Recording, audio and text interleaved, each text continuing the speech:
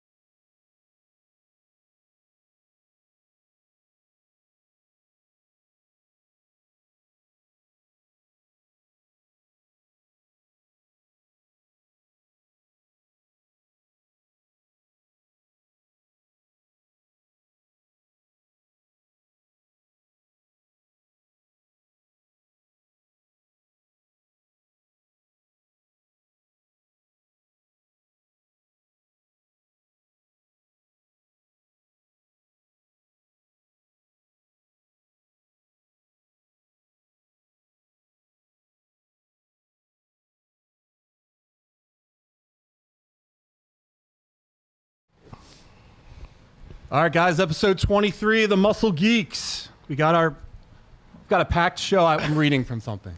Need a prompter. We have one. It's right there. Got a packed show for you this week. Our fantasy football league is heating up. Terry's diving into his very first Terry Terrifier segment. And we're ranking our top 3 films with iconic vehicles. Plus, it's time for Hero or Zero as we break down the Smashing Machine, Tron Ares, and the Black Phone 2. We'll also hit Dragonball Z, the Radditz Saga. Yeah. And bring back the Nintenbros. So That's us. yeah, We got it. So before we get started, guys, if you would be so kind as to like, share, subscribe, helps us out big time. Is there anything else? That's it, man. All right. Well, we got a guest. Tell your friends. So the introductions. So Keith, do you need a line striping or what do you do? Seal coating. Seal coating line company? striping. Thank you. Do you need, Do I need sealing for like anything? Yeah, like line striping or seal coating. So I do parking lot work for seal coating, line striping, small repairs. Because all that. if you do, here's Derek Baker, owner of Derek Baker Seal Coating. Hey, give us a call, but very soon. We're almost done. And Keith, if you need, Keith, do you need a content creator? If you do, here's Terry. Here's Terry, owner of Yunk Junk, and he does everything here. Hey, Keith. Keith got me hooked up at the gym because I joined your gym 2 weeks ago. That's right. We just got to get Derek. Derek, we got to get you back there. Dude, To be fair, I went once. I've been back in 2 I weeks. don't know. I'm about to hit my slow season for work. Maybe I can come down and show you how to lift a couple times or something. All right. And then, guys, we have a special guest today. He's my business partner in like 15 businesses that we have together. We have a lot of LLCs. He's got me in the bodybuilding. A lot of He's like my first LLCs. real- Sounds like that should be a new LLC. A holding That should be your company? holding company, yeah. A lot of LLCs. A lot of LLCs holdings. And he was my first legit bodybuilding coach. My only actual legit bodybuilding coach. Yeah. Keith Longnecker. It's here. Happy to be here. All right. So let's get right into. Should we first ask, are you disappointed with the lack of muscle on Muscle Geeks right now? Yeah. as a coach, I think we have one slab of beef. The ratio of muscle geeks are dropping like flies. We just lost Steve, sadly. What a loser. Between the baby and he got a promotion at work, he just can't make Mondays. He's happen just anymore. he's succeeding at life and it's selfish. Yeah, He gave and up on extremely it. selfish. He's putting his child and his wife before us. This could be just happens to where we will physique the nexus of that muscle geek to see if they're worthy of being the title of muscles. We're gonna have to start doing push-ups and eating I'm down. chicken while we're. I'm on down. the show. Let's do it. That's how we started 8-Bit Beef, our first streaming thing. It was when you were training me and were being my nutrition coach. And I was so on it, I'd be streaming, like eating ground turkey and rice and, all- Yeah. and my shit. He was like, what are you doing? I'm like, I got it. Dude, I saw a picture of you. I gotta eat You this. were skinny mini. Dude, I was 205. Jesus. That was the worst point in my life because I am the person who's 205. For you to come down and also be 205 and lift the amount of weight that you do compared to me was like, it hurt me in my soul. Good. I am the 200-pound club. You are the Yeah. 250 I typically carry like a healthy 230. It's my weight where I'm still a guys little both lean, like but 220. oh my God. I'd love that. 220. I love 220. You know. I'm trying Funny to get story there now. about 220. Being very comfortable with work. It's nice. It's even, round. Yeah. I can bench it a million times and Terry can't, so it's fun. Terry, how many times can you bench 225? Right now, maybe 3. All right. Maybe 3 or 4 times. Okay. You got to pump those numbers up, and we're gonna do it. Those are together. rookie numbers? Those are rookie numbers. Looks like. We're gonna get you combine ready. Remember 2 years ago when it was your mission to get me to bench more? Yeah. Where you been? Well, Where you been? Got married, had a kid. Yeah, kids and wives gotta go. We're living the dream here. Get a golden retriever. It's better. All right, so let's get on to fantasy. I can hear my But wife also, coming. up 220, the stairs. reason it's important, 220 is the weight that Ryan Reynolds was in Blade Trinity. When the Blade Trinity diet and workout came out, he always said he was 6'2", 220. So I was There's like, no way that's what I'm going to do. He's too skinny to be 220. Yeah, I was thinking he's. I'm just saying what they said. I give him Probably 190. 5'11", 195. Yeah. But that movie's great. Great. There's no way Ryan Reynolds is 220. No. Ever. You know how hard that is? What do you mean? There's no way he's weighing 220. He doesn't. 6'2" and No, he's not. Why? I'm like 220, Yeah. and I'm like 6 foot. Are you 6 foot? Yeah. Oh. Really? Yeah, Ryan Reynolds is full. Well, then he was thinner. He was Yeah, leaner. He's full of shit. Oh. Well, Yeah. And Canadian. Blade Trinity. Go watch it. All right. All right, guys, you want to Back talk on about track. Sorry. fantasy football segment real fast? Sure. All right, so those of you that don't know, we have a Muscle Geeks podcast fantasy football league. How did you do this week, Derek? So we'll see how tonight goes, but it looks like our old buddy Phil's going to get knocked off his undefeated reign he's got going on. He mentioned you today at the gym. Yeah. That Derek's going to knock me off. Yeah, there's a good chance. He's got Mahomes that still has to play. However, I have Travis Kelce and Kareem Hunt, both also Chiefs, ready to go. So doesn't look good. Fingers crossed. Not over yet. Terry? Terry hasn't really looked up much, but we've had. Well, I mean, as far as the Eagles are concerned, we've had a big problem with AJ Brown. Was kind of who I was betting on to do well this season for me. I picked him relatively first, and I think either first or second in the draft. And he's not getting the ball at all. He's complaining about not getting the ball at all. So I think that alone is going to kind of screw me over the long term. They had like a couple hours long conversation at the end of the game. Yeah. It was Hurts, AJ Brown, and I can't think of the running back. Saquon? Yeah. The man. Ashamed of myself. Yeah. Apparently he pulled them in. And I'm going to lose to Mike Marcinic, so my team sucks all of a sudden. Womp womp. Great segment, guys. All right. Anyway. All right, let's get Wait. Who is that for? Milk Toast, is that for you?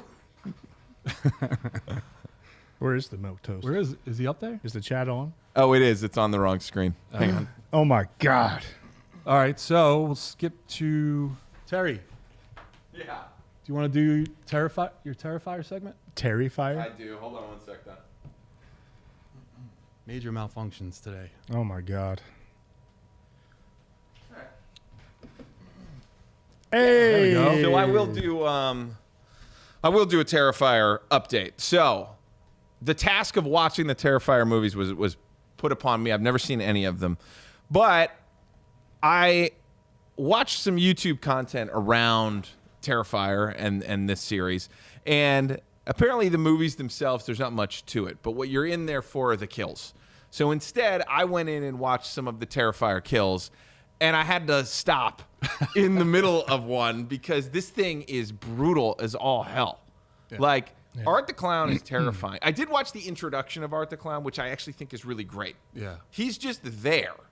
There's no ifs, ands, or buts about this guy. He just is in the diner with those two girls. Mm-hmm. And that's his introduction. Great character introduction. But from there, there's not really story or anything like that. We're just following a clown killing lots of things, and he doesn't speak. So it's extra terrifying. I don't think he's I think he's a mime. Are they different things? I think he is a mime. Yeah. I think a mime is like A French clown? climb adjacent. Yes, a clown. Okay. Clean. Derek? I've only seen the first Terrifier movie. They're not really my flavor of horror. I get why people love them, though. Just like the gore porn type movies, not really for me, but I love practical effects. Yeah. So that's fun to see how creative they can get with everything. And Art the Clown is terrifying. I think bad guys that you don't have to even try and justify their origin, they're just there and they're menacing and you don't know why. That makes it worse because you can't rational things away or logic things away of where he came from. He's just there and he sucks. He's creepy. Well, he's also not a man. Like that's the thing in the final kill, which the yellow bedroom, that kill with the arm break.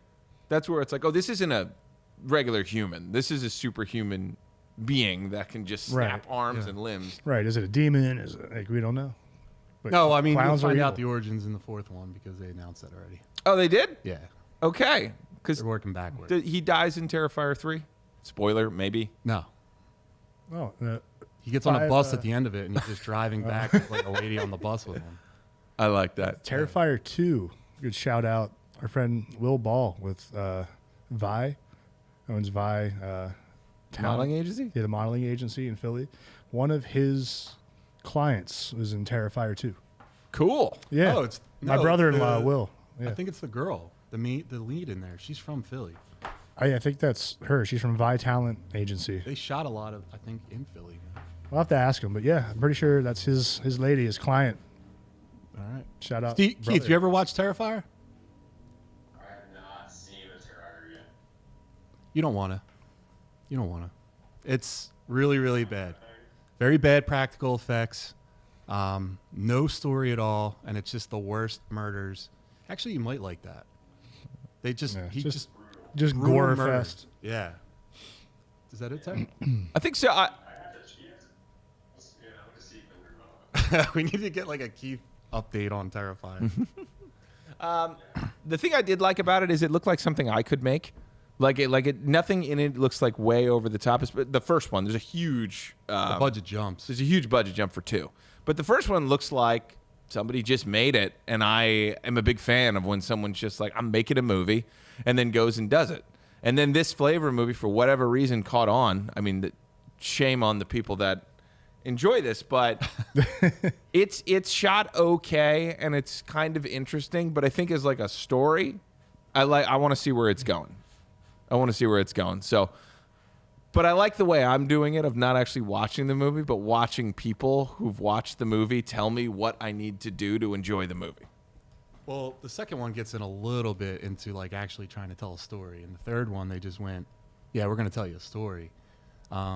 But it just gets worse and worse. There's a bomb with Santa at the mall and a bunch of kids around him scene. It's like there's nothing off limits of what he murders. It's pretty terrible. I can respect that. Yeah. The human centipede. It's right there. It's right there. It might even be worse. And that's all I need to know. It might even be worse. All right, guys. So let's get into the top 3. So, Keith, just so you know, if someone else has one of your picks, don't worry about it. Just talk about the movie, what it means to you. We go around in like a fantasy football order. So we'll start with Derek. We'll go around so you can kind of see how everyone does it. And it's films with a prominent vehicle in it. Vehicle. Right on. So it doesn't have to be a car or a It truck. doesn't have to be a car. What's that? Are we starting number 3 and going to 1? No, Whatever order. Whatever order It's you always want. too hard. Yeah. All right. I'll start off. Start us off. I'm going to go with the light cycle from Tron, Ooh. and made way better in Tron Legacy. And I'm really excited to see what they do with their light vehicles in Tron Ares, which we're going to talk about a little bit later. So I love it. They're really cool, so futuristic. Like they're on the grid going. Whenever they hit this button, a beam of light shoots out behind them, leaving a trail from wherever they go. And if another vehicle runs into that, like that's it. Like their shit's wrecked. Yeah. So it's really cool how they can see that to race each other and make the mazes and everything. And now they're going to, I guess, bring them into the real world in the new one. So I'm excited for that part. You think it's going to be any good? Probably not. Jared Leto's in it, so I don't feel great. But I'm going to watch it for the sake of watching it because I'm a big old nerd and I love Tron. I don't think it adds up.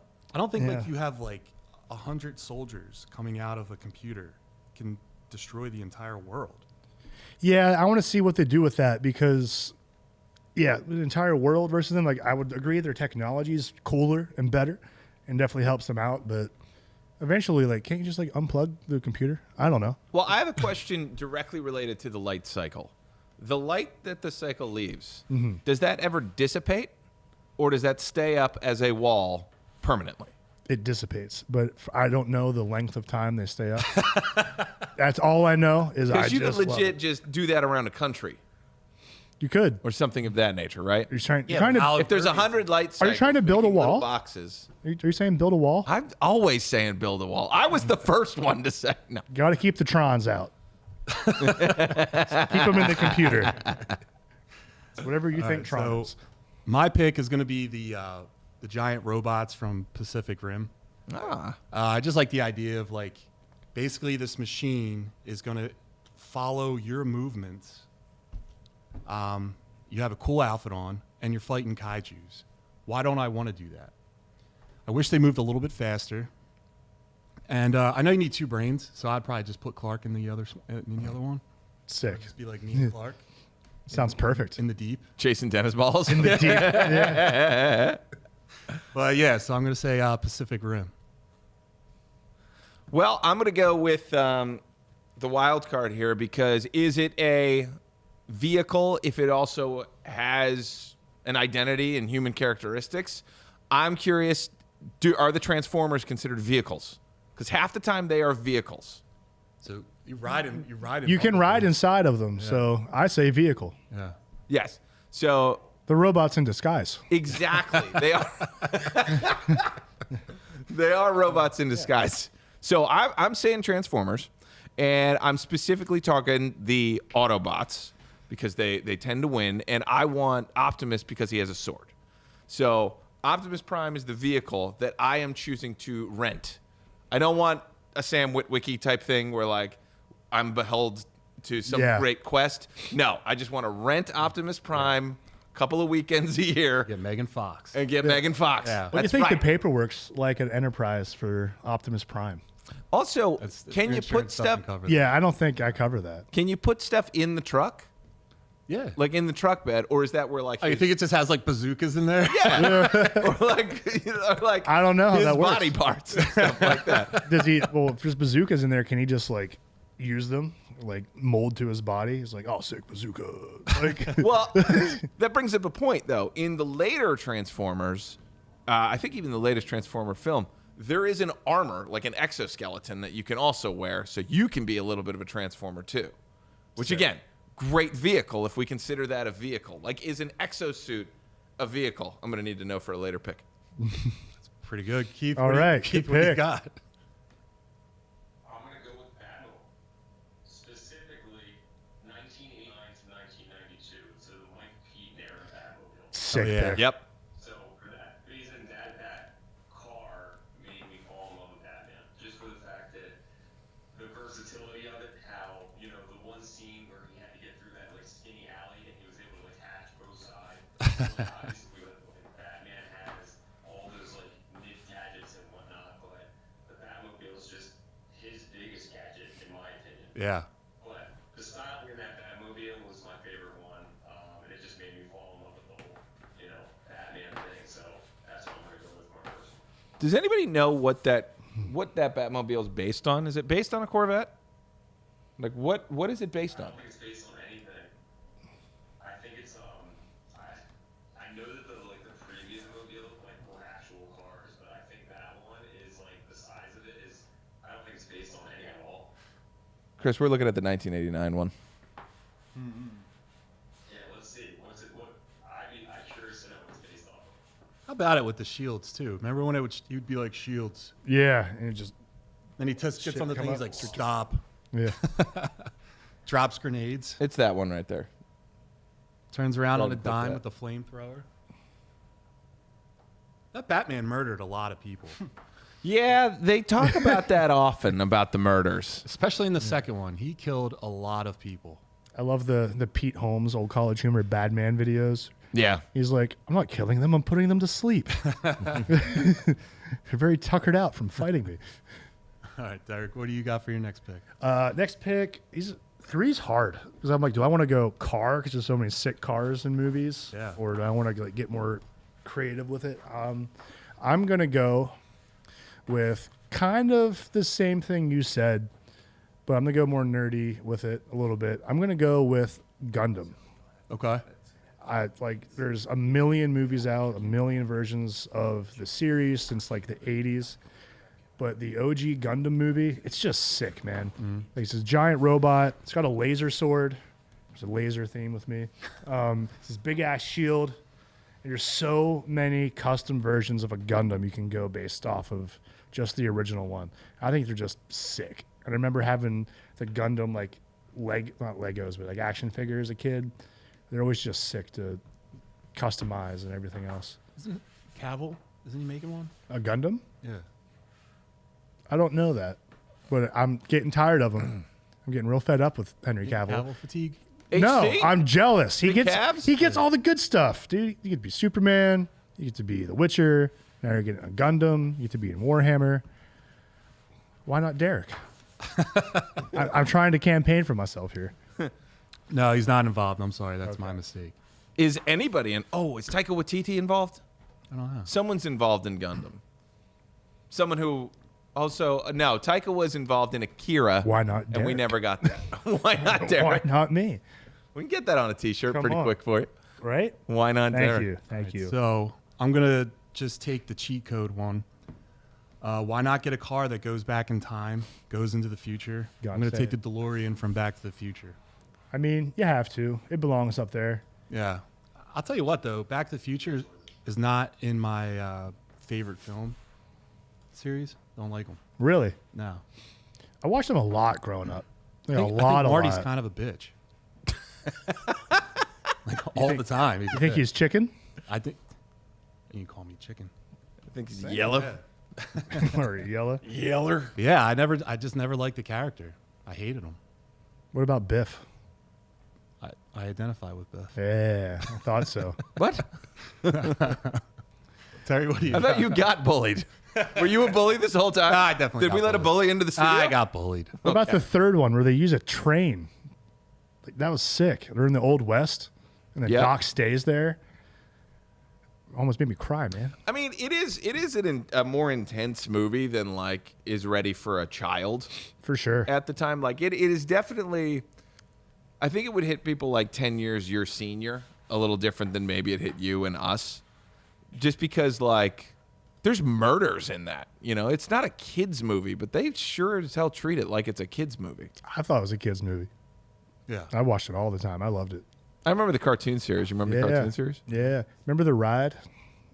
There's one at Yep. Universal. You get like in a DeLorean, and you go through like this cheesy PowerPoint just presentation of history, but it's awesome. All right. Sounds great. It's a good time if you're 6 years old. All right, Terry, what do you got? Iron Man. I'm considering the Iron Man armor to be a vehicle. Okay. So, yeah, I want to be a hero. I want repulsor blasts. I want to fly around. I want to bang models. I want to do the whole Iron Man thing. So, I love the. First of all, let's talk about the film, too. Iron Man, the movie, is rock solid, 10 out of 10, start to finish. That's one of those classic, like, just perfect movies. Even if you don't like the villain that much, it's okay. This was before that really mattered. It was just, here's a slice of life of this guy. Here's a great origin story. Nobody ever gives that movie credit for being a legitimate, good, well-paced origin story. Yeah. Like, a lot of people get stuck in the weeds or whatnot. This thing's moving at a clip. You know, we're a bad guy, and then we've got our dad's buddy who we're in business with. We go overseas. We're a cool playboy. We have our meeting with, you know, the person that's going to change our life during his death. Life change, and all that before he becomes a superhero. And we're just moving. We're not even 30 minutes in. Yeah, it's sick, man. But the best part of that film is smart guy working on stuff. That's my favorite trope in any movie. It's just a smart guy trying to figure shit out and things going wrong. When he's experimenting with the Mach 2 armor, that's just a great scene. But the fact that he's created himself a body vehicle that, first and foremost, moves really quickly. Like, it is a jet. You know, I think the weapons and the super strength and everything is secondary to how that thing moves, and the fact that he can whip around the city as fast as possible. I think They it's showed great. it too with the jets. He smoked those two jets without any problem. Yeah. Like, it was very dominant in the air.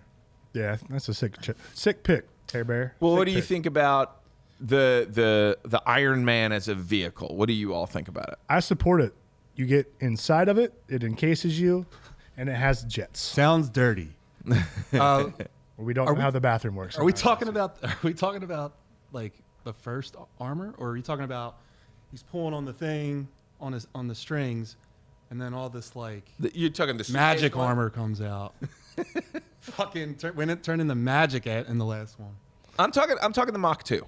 I'm talking the red and gold that he develops after freeing himself, but before we get into Iron Man 2, where he's got the suitcase armor, Which is awesome. which is also awesome. He has the best suit up sequences in those movies. Yeah. I would take it. We'll that's a allow vehicle. it. All right. Keith. Yeah. Keith, what do you got? All right, so this is gonna be very cliche, but if there's now, hear me out. I think that movie started a movement in the car scene that, you know, was kind of like dead and people didn't really know about the cars or anything. For me, it almost taught me how to be a management in Ron because I wanted to buy cars like that. So it taught you how to like save money because you wanted to be the cool guy in Fast Furious. So not necessarily one specific car in that movie, but just the fact that that whole saga started really like the car scene for any young person that was like getting a license, getting a permit. It was a cool thing to be, you know. So I'll just say Fast Furious for sure. They're bringing that back too. They're taking it. It is, you know. Sorry, Keith. They're bringing that back too. They're bringing it back. The next one to like Los Angeles, to street car racing. And I'm excited for Are we that. still getting DVD players? Dude, Yeah. Do you realize that first movie is about backdoor DVD players? yeah. Yep. What? and now they're in space. Yeah, man, they jumped the shark so long ago. Yeah. Oh, Yeah. Wow. hell yeah. Yeah. Do you guys remember how big of a deal it was when it was Too Fast, Too Furious came out? I Yep. feel like I was like, yes. That was my introduction to Eva. Luda. Eva, and it was wonderful. Okay, Most beautiful woman in the world. Let's take a break. This is a new segment. What was your introduction to Eva Mendes? Too But Fast, hold Too on. Furious. Eva Mendes. We got to talk about this. What do you remember about her from Too Fast, Too Furious? And did you see this before you saw, what's the Denzel movie? Oh, where he's the. Training Day. Did you see her in Too Fast, Too Furious or Training Day first? Too Fast, Too Furious. Okay. What was your introduction to Eva Mendes? Same. No. I'm asking him. Well, dude, she's a secret spy. She's a double agent. Yeah. And she's powerful, but she's beautiful, sexy, most ridiculous smile, and a playful face and imagination. That is a great introduction. What was yours? It's the Training Day scene when Denzel kicks a door open and it's like, get on the ground. You know, not get on the ground, but like get the fuck out of the way or something like that. And she's like she's backing away and she's wicked naked, which is pretty cool. But yeah, the Training Day sequence I remember. But then meeting her again in the movie Hitch, I was just gonna say it. that was the Hitch, Eva, win. Yeah. Prime Eva. Prime Eva. What was your Prime Eva? I guess Too This could be a Fast, whole Too podcast. Furious, but I don't have the infatuation that you do. What are you talking about? Did you see the other guys? Listen, Yeah. She was 10 years older than that. The joke Look was great. that she's too hot. look how angry they all are. Listen, I'm not giving her shit. Great lady, pretty ladies doing awesome Pretty work. lady. You guys are like nuts, though. You're foaming at the mouth right now. Can we pull a picture up of Eva, Eva Mendes, please? Yeah, you're in some sort of time warp. Eric, I want you to look at the picture. There's no that pops up disrespect. and say that she's disgusting. That's not what I'm saying. Say that right into She's that not picture. disgusting. She's a very pretty lady. Most beautiful woman in the world. Take it. Come on. Sweet Jesus. She's Derek. fine. She's got that mole thing. I don't know. Oh my God. Are you critiquing Eva Yeah. over a mole? Yeah. Cindy Crawford had a mole in the 90s. She was Yeah. the most beautiful woman in the world. Not a fan. What are we talking about? Derek. I just love watching you. Derek. Did you get a chance for Keith to see that? What do you have? Bullshit other guys, man. I would say it'd be Eva Mendes. Yeah. Dude. I love her and the can other we guys talk- so much. Dude, She's she was so also funny. in a movie with Mark Wahlberg. She's Other than the other guys? Isn't it Mark Wahlberg or What do you mean? They hook up on the couch? What are you talking about? The other guys? no? The one where his Yeah. dad's a cop and his brother's Oh, is his brother Joaquin? Joaquin Phoenix. We Own the Night? Yeah. Yeah. That is peak Eva. We don't probably I shouldn't have still to pull say it- Hitch. Probably, Miss, don't cry. look at this. Yeah, that is Prime Eva. Yeah. All right, Derek. So you have another pick? I do. Let's get I back do. to this. My God, guys. It's hard to pick just three. She's married to Gosling. He's fine. Jesus Christ. Go ahead, Derek. Look at their brains just break. Oh my God. For my last pick, this is tough. Shit. I got so many in my head right now. I don't know which one I want to go with. I'm gonna go. Do I want to be really weird or not? Well, let me ask you this. The purpose of this Ooh. is top 3 films with vehicles or just favorite vehicles from... Let's say Film. the vehicle from the film. Okay. The vehicle from the film. Okay. Shit. I'm gonna get real weird with this one. I'm gonna go with the castle from Howl's Moving Castle. That's good. I love that thing. Studio Ghibli or Did we Ghibli. lose the boys? That's it. They're gone. We lost them. They're Okay. gone. But if you love those movies, it's super cool. This dude has his own castle that's like mechanical, and you can move it everywhere he goes. And it's just this giant, like almost steampunk fantasy, like monstrosity. And I just saw that as a kid. I thought that was really sick. The people that know what that is will really appreciate it. Some other people are going, "You nerd," but it's Muscle Geeks. I'm allowed to be a geek. Yeah, that's what That's we're right. supposed to do.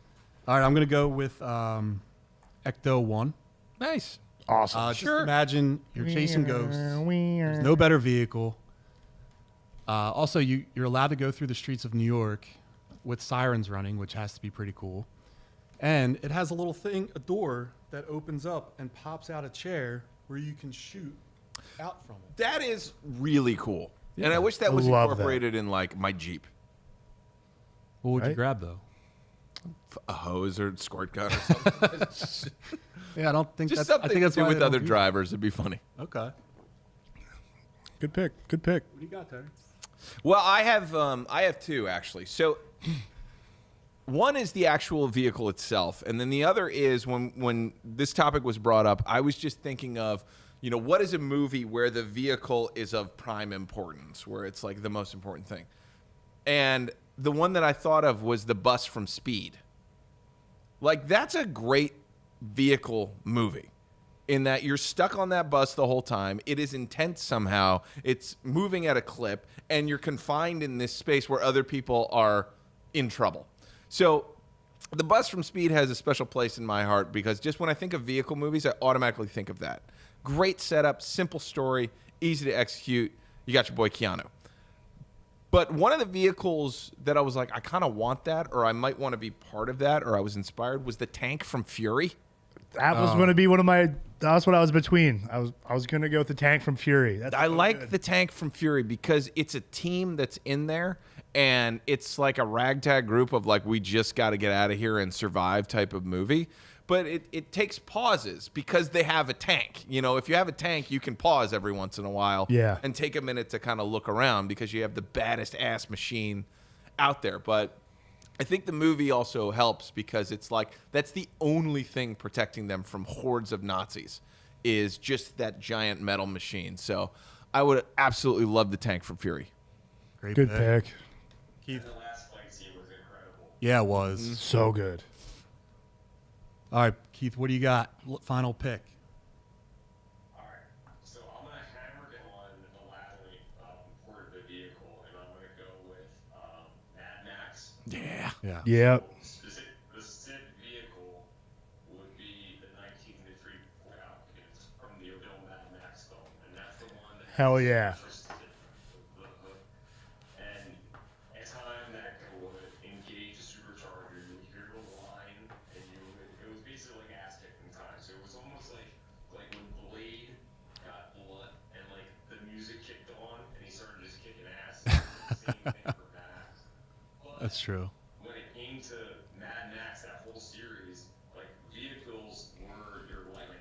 Like Yeah, man. you go out and scavenge and buy up, or if you were a bad guy, you go rob people and steal their vehicles or whatever. So I think just Mad Max in general, like, symbolizes just vehicles being the important whole movie, really. Yeah, that's actually a really good point. That Ford Falcon there. That's a great I point. love Even that some of Falcon. the stuff, the designs they do to even like the later movies, where like they had those long jeez. poles and they're bouncing. Yeah, like the semis and everything are so Yeah. sick. All the vehicles are like just hooked up, like so post-apocalyptic.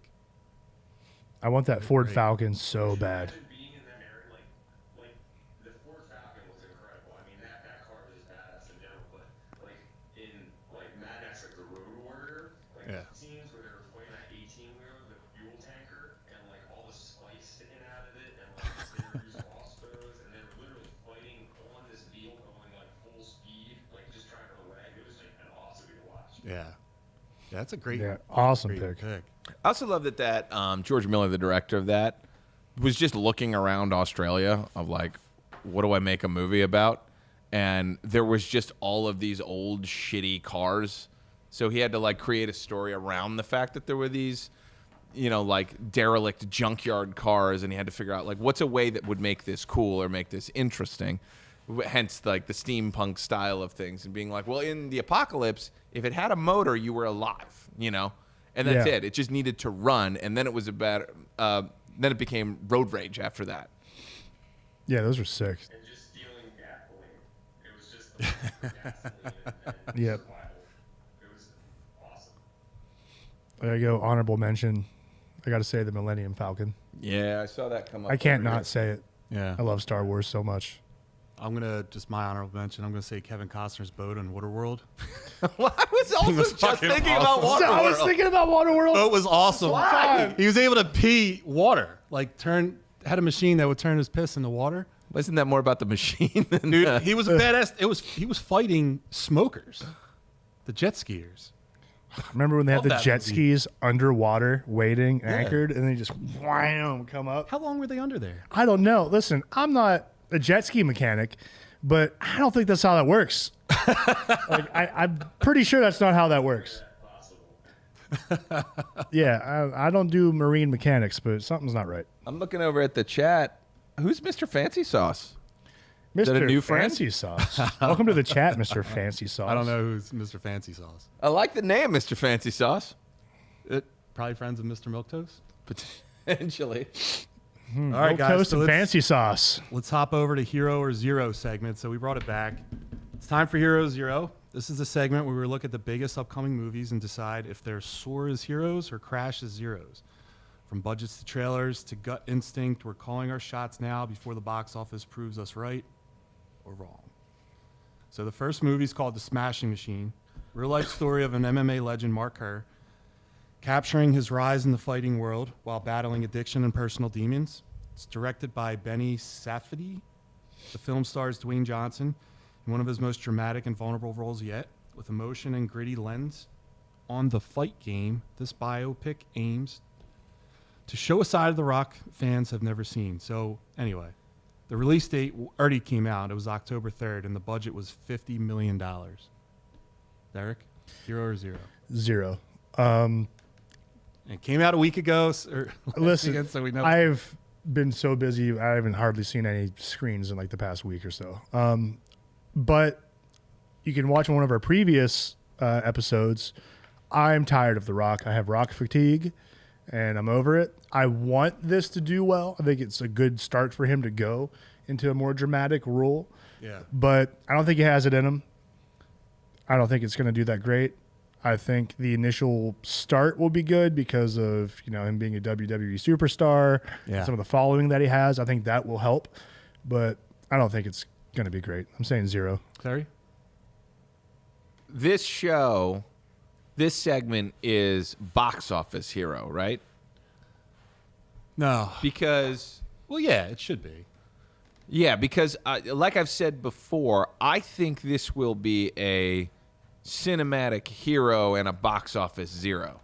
Like I think that the whole point of this movie, 50 million Derek, I budget. believe, was to stop your fatigue. I think this I was The agree. Rock trying for the first time Agreed. to play a character who's not The Rock, and supposedly he did it. Supposedly he did it quite well. And I listened to a podcast where Mark Kerr was talking about it, and he was like, it's a wild transformation. He's doing things that I've never told anybody that I do. Like, he has certain tics and stuff. But I have always wanted to see The Rock try. I've always said that's the big difference between him and Arnold and Stallone, and that ilk is all of them went looking for an Oscar eventually. This could be that for The Rock. I don't think it needed to make money either. I think all this needed to do was to showcase The Rock as an actual actor and not you can put The Rock in a movie and I will be The Rock. Yeah. So I'm hoping that it's that. I haven't seen it yet. The reviews are mixed, I've heard, actually. But everyone seems to be praising The Rock. I love Benny Safdie. He's great. This would be the first movie I've seen of his that's not with his brother. The Safdie brothers were the ones who made Uncut Gems with Adam Sandler. That crazy, crazy movie. And then the one with Robert Pattinson before that. I can't remember the name. Like High Times or something. But both of those are anxiety-inducing movies. Like crazy, crazy anxiety. So one of the brothers going over and taking a leap. Who knows? I hope it's good. I hope it does well. And I hope The Rock is done being The Rock and will take this as a necessary step forward in his career. All right. Okay. But I don't think it's going to make enough money. Keith, on a $50 million budget, what do you think? Hero or Zero, The Smashing Machine? I think it's gonna be a hero. I think people like real life stories. Like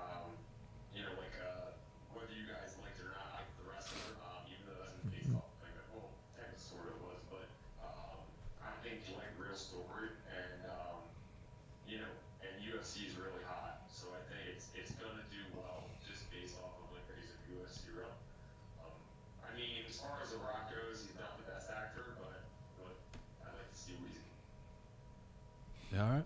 And then Right on. I'll just say, look, I already know that the box office, because it came out this past weekend, it didn't do very well. How? I don't know. And How did it not do well? I don't. I'm asking you. Oh, well, the movie but just might not be that very good. Rock fatigue might just be very real, where people are just tired of seeing him, even if it's in a role that's not normally his.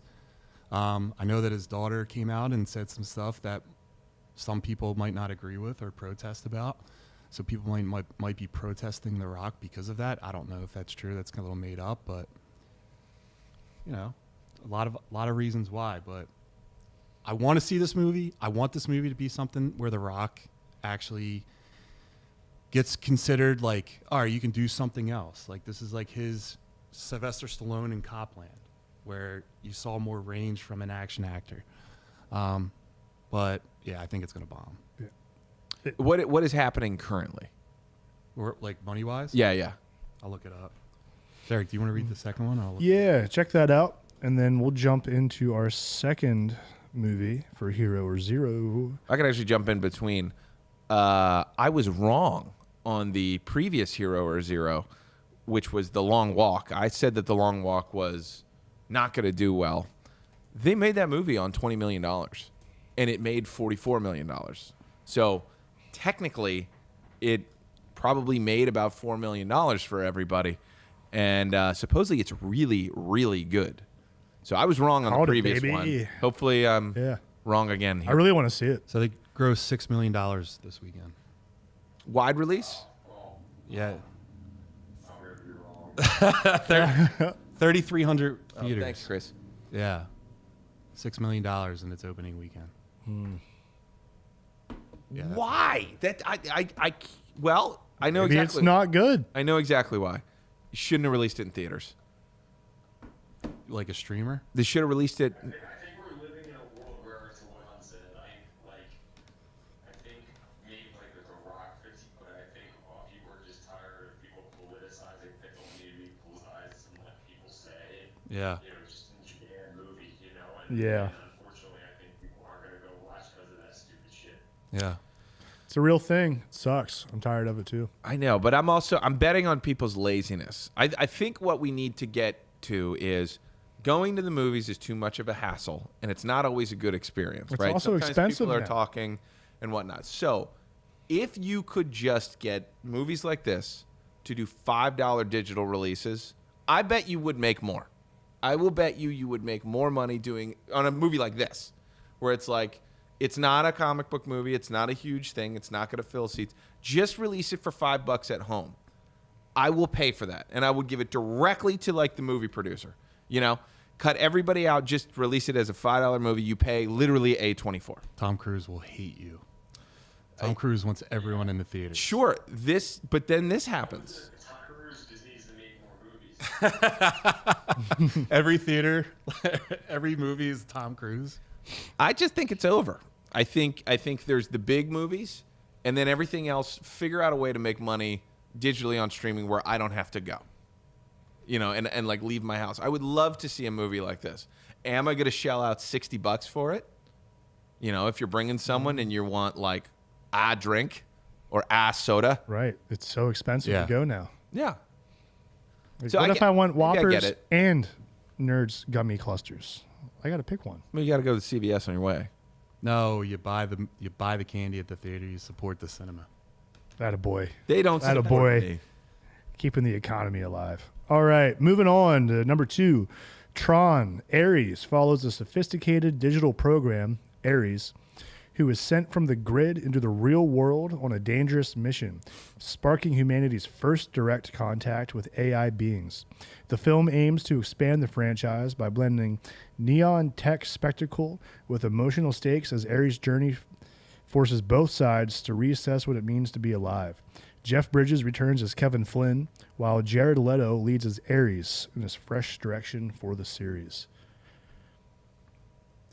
Terry Bear? So it releases October 10th, and it's a $150 million rumor. Yes. Thank you. Yeah. No way. It's going to be a 0. I don't think this is going to get its money back.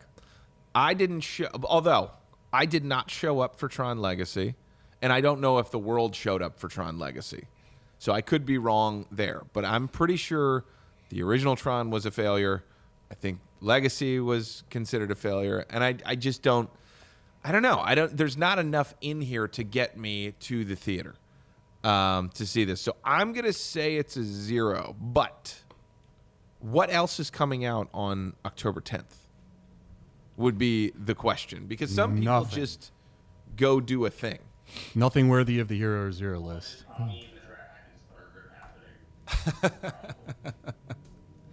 Keith, what do you think about this movie, Hero or Zero? I think it's going to be a 0. The Tron Legacy was good. I just think anytime you do sequels and you kind of go down this road, especially with Knights of Death buckets, that's going to be tough. Yeah. Derek? Yeah, I loved Tron Legacy. I thought it was a great movie. I watched it a million times when it came out. But I don't feel good about this one. I got really excited, and then I saw Jared Leto. And the dude's cursed. I don't think he's meant for this role. I get a look at him and get angry. Like, I just don't think he's that good of an actor. If he was in your grade school growing up. Still a shame of him being Joker. Yeah, that was Yeah, a terrible man. Joker. Just so bad. That was terrible. Yeah. And you should be. It was awful. Ugh. Yeah. If I was in grade school, He was in your grade school, and he touched your Pokemon game. Listen, man, let's get something straight. First off, I was not a bully. It's Keith. Past 3 weeks, this guy has told stories about in the childhood when someone touches toys and the ass whooping he's giving them. Not touching toys. They're being little dicks. And listen, not to me. Not really, like, sorry, I ain't taking it. Jared Leto probably could have got put in the dirt. I'm just saying. He touches my Game Boy Color, erases my Pokemon file. He's going to know it happened. This poster looks a lot like Morbius.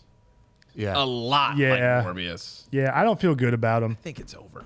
Stick to 30 Seconds to Mars. You're putting good music out there. I don't But think anyone asked That's it. for a Tron sequel. Yeah, are And I don't kids think into anyone. this? I know no one asked for a third one. No way. Well, let me jump on Jared's side real quick. This is supposedly a passion project for him that he's been trying to get made. So I think it's just the idea of getting it made, of like, I like Tron and I'm going to do everything to get a Tron movie made. And I think that's pretty cool to just say, I want this, so I'm going to do whatever I can to try and have it made. Yeah. So I don't think it'll succeed, but I admire the effort. I admire the spirit of, this one's for me, and I'm going to figure out how to get a giant studio to support me on this quest. yeah, I'm going to watch it. Like, I love Yeah, I'm- Tron. Like, I'm going to check it It's out. cool. It's a lot. It's going to be visually beautiful. Yeah, it's gonna be it's awesome to fun. The watch. soundtracks are usually really great. Yeah. It's going to be a good time. I Maybe. think too much into stuff. So like Yeah. with that movie, I'm like, how can computer? I'm programs going for the action have- sequences. Like, I want to like- see what that's like. How does their brain work? Like how do they have, like, you know what I mean? Like how do they have free will? How do they have full like autonomy? Well, In the original, it's master control, right? Yeah. That they're subservient to the master control, which is a real part in a computer. right. And Bridges goes in He- and meets Tron, or Bridges No. is Tron? No, Tron was programmed by Bridges. Right. Right. And I know most about it from Kingdom Hearts. Dude, that's a great world in Kingdom Hearts. Yeah, Love that. Laser Keyblade. absolutely. It's a great scene, and I learned a lot Love about it. Tron because of it. All right, Man, let's that's awesome. wrap this up. 'Cause All right. it's got to go to bed. Sorry, Keith. All right, moving on to our last Hero or Zero. The Black Phone 2 follows Gwen, now tormented by vivid dreams, called from a disconnected phone as she and her brother Finney journey to a snowbound youth camp to uncover how the grabber's influence still haunts them. Directed by Scott Derrickson, the sequel leans harder into supernatural horror, pushing the boundaries between nightmare and reality. As the siblings confront their past and the evil beyond death, the stakes grow, both personal and monstrous. So long. Wow. It's so Thanks, long. John. Woo. Anyway. All right. Keith, how do you feel about the Black Phone 2, brother? No, wait. It releases on October 17th, and there's a budget of 16 to 18 million. Thank you. I think,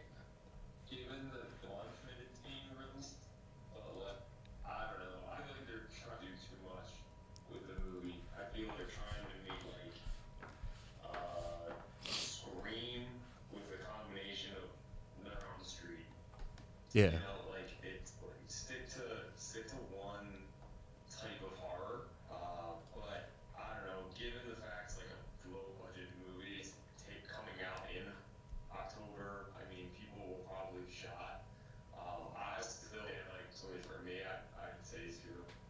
Because I just think sequels for horror movies tend to not do great.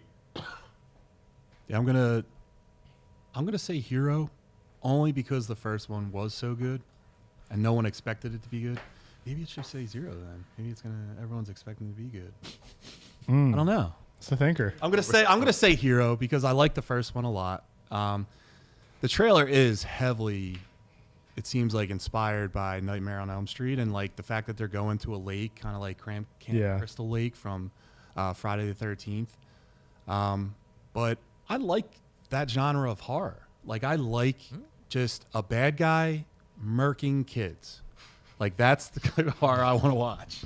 All right. Like it has to be like that. But I know that the first one, it didn't really hit on whether or not it was mythical. Well, it kind of did at the end, but this one, it's like full. This is mythical. So we'll see if fans are drawn to that. Okay. What do you think, Terry? I think this is an automatic hero because this is one of those rare movies that was birthed into the existence because the first one was such a massive hit. The first one was made on, what did you say the budget was? 12 to 18 million on this one?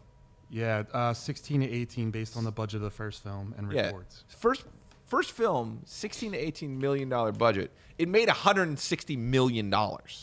It doesn't matter if this flops.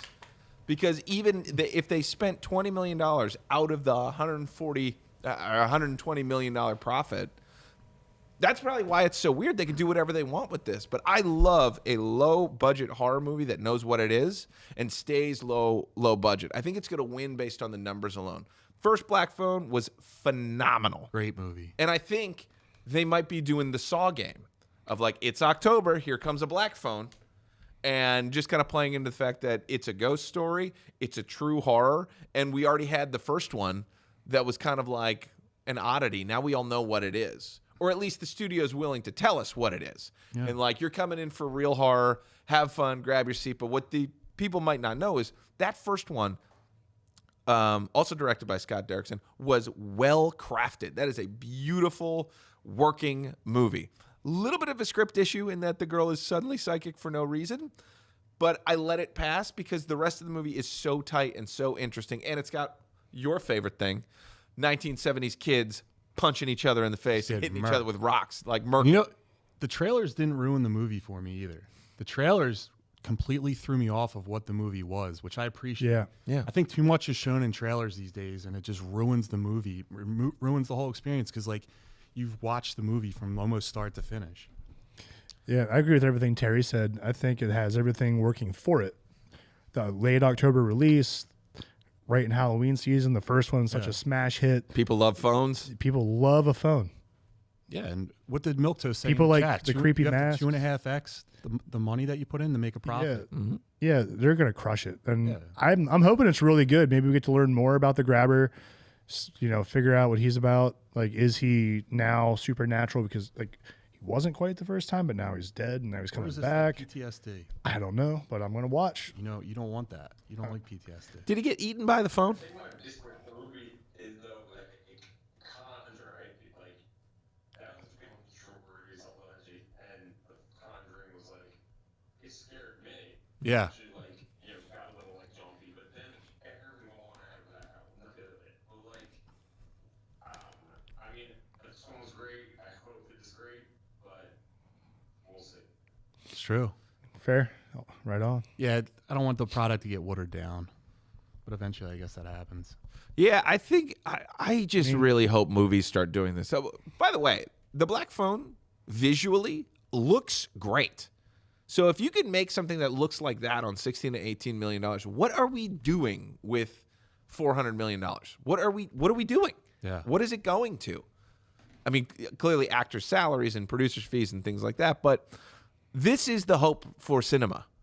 And it's also the reason why I have no hope for cinema, because Smashing Machine should be doing better based on this same idea. because it's a Rock. The Rock's in it for $50 million. I'd say that's equal to an Ethan Hawke being in a $10 million movie. The Rock being in a 50. Like if you look at the Ethan Hawke's on a tear right now. he's a beast. He's always been a beast. Love Ethan Hawke, but I'm saying I also love what he's been saying online recently of like acting with actors is so much better than acting with people who have large followings on social media. He's like, that's not good enough. He's like, De Niro did not have a huge following, therefore he was good in Taxi Driver. He was a great actor. And he's just all about like get actors back in acting roles and get, you know, influencers out of this medium so that we could take it seriously again. Yeah. I agree with that fully. And I'm excited for this movie. All right. So, Keith, we have a powerlifting meet coming up. So why don't you talk a little bit about that for the people that watch this video from now until then? Why don't we talk a little bit about it? Hell yeah. So, hey, you guys, in the kind of thing, we're going to be taking our first stab at hosting one of the meets, the USDA, Dawn of the 10th, all 3 lifts. There's even teach divisions, so people can actually enter the meet, and then you come spectate it. We take it completely in Westchester location on October 25th. We're going to have multiple vendors there. Gaspari, who's, you know, the original Arnold Flag bodybuilding champion, he's going to be there. So there's going to be a lot of cool stuff going on. And so, like I said, it's going to be the first shot at just something like this. So I hope all you know. Absolutely. And follow us at alpha_flight_fitness. Yeah, just like that very sexy shirt right That's there. Swamp Thing shirt. Look at that. Oh, Swamp cool. Thing. Yeah, look at that. You could look like that if you buy that T-shirt. That's true. It's true. Yes. All right, Keith. Well, thanks for coming on, dude. I know you got to get to bed. Thanks for having me. It's all fun. See you, man. Later, dude. All right, see ya. And then All right, Keith, everybody. there's Keith. And there's a ceiling. All right, guys. So the 2 new segments Yep. that we got going on here, Nintenbros and DBZ. Yeah. Yeah. Let's get nerdy. Where do you want to go Talk first? nerdy to me. Well, listen, let's just go Nintenbros because we probably think that's might run the longest here. All right. Let's do some Nintenbros. Nintenbros! So every All right. week, Derek and Terry come up with a topic that they want to discuss, talk about, or just discuss while talking about it. Yeah. This week, we're going to talk about what are we going to talk about, Derek? We're talking about Diddy Kong Racing versus Mario Kart 64. Very specific matchup. Yes. Hyper specific. This is not the franchise. This is these exact games. Yes. Mario Kart 64 versus Diddy Kong Racing. You want to start? You want me to start? Okay. So some these games came out maybe 2 years apart from each other, maybe 1 year apart from Diddy each other. Kong was 1997. And I think Mario Kart 64, wasn't that like 99? No, was Mario it- because Mario or Kart was it'd be before earlier. Zelda, or Mario Kart was before Ocarina, and Ocarina Well, was then, 98. that'd be 90. It'd probably also have to be 97 then. So Diddy Kong, 1997. Mario Kart. Let's just get the answers before the internet yells at us. Internet. Oh wait, we have internet. It's the internet. 1996. 96. Mario Kart. Okay, that so was Mario before. Kart was before. Welcome to Mario Kart. Excellent. Okay. So, Mario Kart and Diddy Kong Racing are two kart racers. Kart racing had been defined already by Super Mario Kart on the Super Nintendo. We all knew a Mario Kart 64 was coming. We were all excited for it. Comes out, delivers. Great game. Awesome game. Great game. Introduces a new mechanic called the E-brake, where a bunch of E's will show up. If you kind of glide into something, you release it, you get a boost. Everything from the Super Nintendo game is back, just better. It's got all the weapons and power-ups. There's a battle mode that's super fun. It's just a blast. There's the Grand Prix where there's a bunch of racers, and it's childhood friendly and fun. But you're in a kart, just a kart. Mm-hmm. Diddy Kong Racing blows the fucking doors open by allowing you to have a hovercraft and a plane. That plane had no right to have as good as handles as it did in a racing game to be the first of its kind, a flying racer like that. Yeah, dude. And it fucking nailed it. It's so good.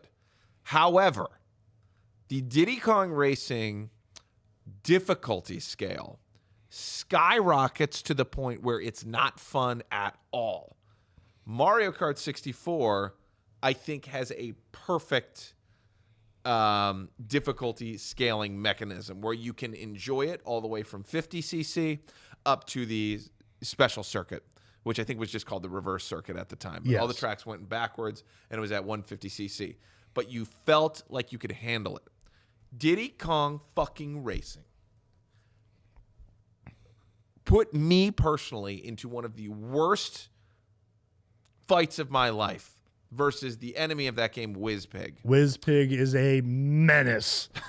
He's so hard. I had never fought a... Now, this is a new mechanic that Diddy Kong Racing gave us. I had never fought a boss in a racing game. How cool. Not fun at all when you get to the end. It is so hard and so difficult that I remember screaming, breaking controllers, and giving up for years on this game and having to go back as an older man of 10 and go back and try and attack it. And I think it took me until I was 12 to actually beat this thing. And the rest of the game is so fun.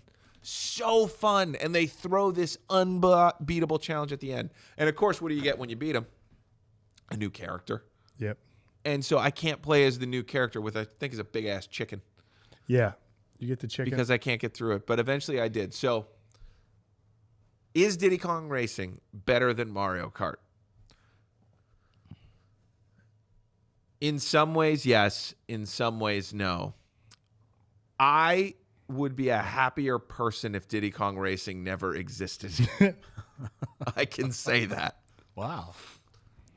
The game really affected you. It did. It was Rare, which was originally Rareware, kept putting out games that had these undefeatable last bosses, all in the N64.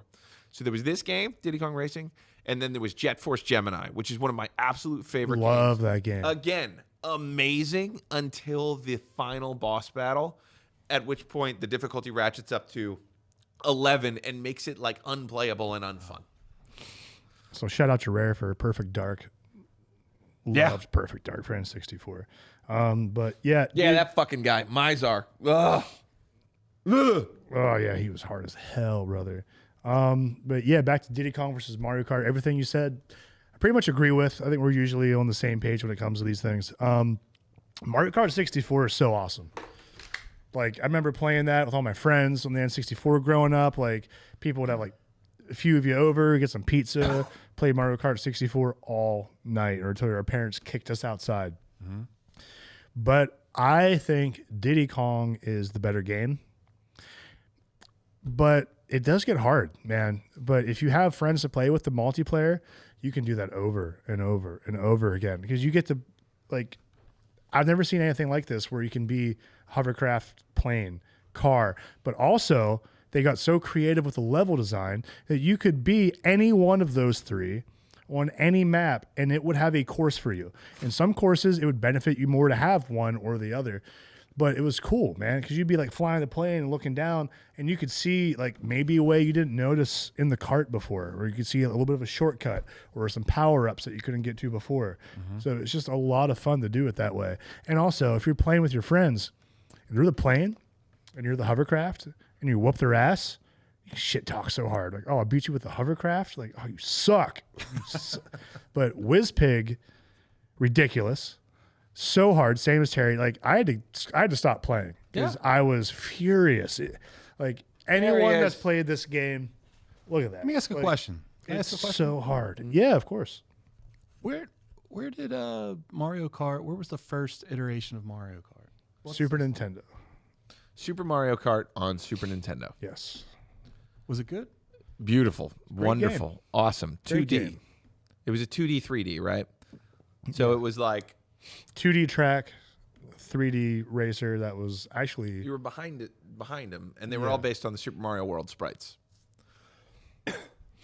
Loved it. But dude, Diddy Kong was so fun. The adventure mode was something you never saw before. So it's an open world driving game. So the new Mario Kart for Switch 2, they're like, it's the first open world. No. Diddy Kong did it with one of your own systems, and they crushed it. Got him. Yeah, man. And let's talk about the elephant genie. Oh. There is this genie who is this elephant that is totally ridiculous. Taj the genie. Can you get that one all the way on the far right? All the way to the no. Go left. Go left. I love it. Left, yes. Oh, I like that other. We're not touching that one. But Even Mendez summon him and genie. he would show up, and then he would change your vehicle for you to whatever you wanted to be. And he's kind of like your menu screen then, and he would kind of be an avatar for that to help you navigate. And I loved it. He just made me laugh every time he showed up. I mean, you hear the different little sayings he would say. What was one like how may I help you or something like I don't know. It was so fun. Can I see the player? I guess the character list Right. for Diddy Kong Racing. We also get introduced to somebody. Yes, we do. 2 people. 2 people. We get a certain Bad Fur Day. That's right. You're gonna need Diddy Kong Racing in there. It's not gonna work. Where Boom. we go? Yeah, hit me with that player select. No. No. That one. There we go. Oh no, that's the DS version. That's got extras. There, you go. yeah. There you go, man. You got Conquer. Conquer's Bad Fur Day. You ever play? Do you know about Conker's Bad Fur Day? No. Oh, we got to do a play along. Oh man, that It's in a bunch of movies Ooh. and stuff like that. Yeah, there we go. All right, so name stays from the Donkey Kong Country series. You got Diddy Kong and you got a Kremlin. right. But then you also have Banjo. Yeah. From Banjo and Kazooie. His first appearance. Right. Ty the Tiger. I think he was supposed to get his own game. He was supposed to have. I think this. This was supposed to be his racing game. Is that what this was supposed to be him? That was supposed to be him, but then Nintendo's like, nah, you need a name brand, so they're like, put Diddy Kong in it. Timber the Tiger. Timber. Ty. Tiger. But there's also secret Tiger. characters in this, and that's what drives you crazy. There's a big ass chicken for no reason. Rooster or Drumstick the Rooster. Drumstick was awesome. the rooster. And then remember all the secrets and like the playground stuff for this game. Like if you run over like a red frog by a Whizpig statue in the water, Rooster will appear. Let me tell you something. I drove around squishing frogs for countless hours as like a 9-year-old trying to get this secret character to pop up because people were like, no, it's a real thing. But you had to beat Whizpig to get him. That's not a real thing. And you just don't beat Whizpig. No, you don't. And even getting to Whizpig is hard. You got to get all the medallions. So you have to collect these medallions to unlock new worlds, their levels, everything else to progress. But as you unlock them, the difficulty keeps climbing with these places. So it's not easy. And by the time you get to this final boss, you're like, I'm the man. Like, and then the boss is like, nope. Yeah. You are terrible at this game. Absolutely. This is all Diddy Kong Racing? Yeah. Yeah, It it's all in sounds like one a game. way more in-depth game than Way more in depth. Dude, It is. It is. I think here's the thing about it. I can't say this. I was going to say Diddy Kong Racing is a better single-player experience because of the depth. But because the ending is so crazy hard, it is not the best single-player way to play. But Mario Kart easily is a more fun multiplayer way to play at the time. Your sister could play Mario Kart. She Right. couldn't play Diddy Kong Yeah, it's Racing. way more accessible. So is Mario Kart the better game? Yeah. Yeah. Yeah, it is, I guess. But is it my favorite of the two? No. And that's I love Mario Kart 64. But I think Diddy Kong is a better, more fun game. But it might be from my love of adventure games. also and your things level like of that. experience in gaming, right? If it's a harder game, Yeah, like I like the challenge. Yeah. You know, Mario Kart, I feel like Too hard, though. you get down in a weekend and then it's just between you and your buddies to see who's the best. And that's awesome. Sure, that's fair. I loved it. But Diddy Kong, like you really had to like put your time in. And like my friends would come over. Remember, we would like swap control. Like, here, you try it out. Or I can't get you try it out. Or let's try it this way. Or, oh, I heard there's a secret over here if we go through this waterfall or whatever. It's really fun to do that stuff in a game. And it was cool. Like there's more to do in the game, but does that make it a better game? Well, Checkers is a simple game, but is more fun at times than Parcheesi. We also got to remember we were children at this time, right? Chitlin. So you get a game, you're stuck with that game for a while. It's true. Like either you had some money saved up from a birthday, holiday, whatever, or you waited till the birthday or holiday and you hoped you got a cool game and it wasn't a bust. And this was one of those games, I didn't even know what it was. I just got it as like a gift because I was like 8 or whatever when it came out. So it was like, oh, this is cool. My parents were like, yeah, it's racing. There's animals. I'm like, sick. And then I get it. I'm like, oh my God, there's so much to do. Yeah. I just dove into it hard. I love that game. Can I ask a question? Mario Kart 64, does it land in your top 10 Nintendo 64 games? Yes. I'm going to say yes. Does Diddy Kong? Also, yes. I think I put 2 carts in there. And this could be an episode in itself. Might be. Might be. I think I could put both of them in there. I don't know. I got to think. They Kart, both might get booted Kong, because Ocarina, Majora, Star Fox.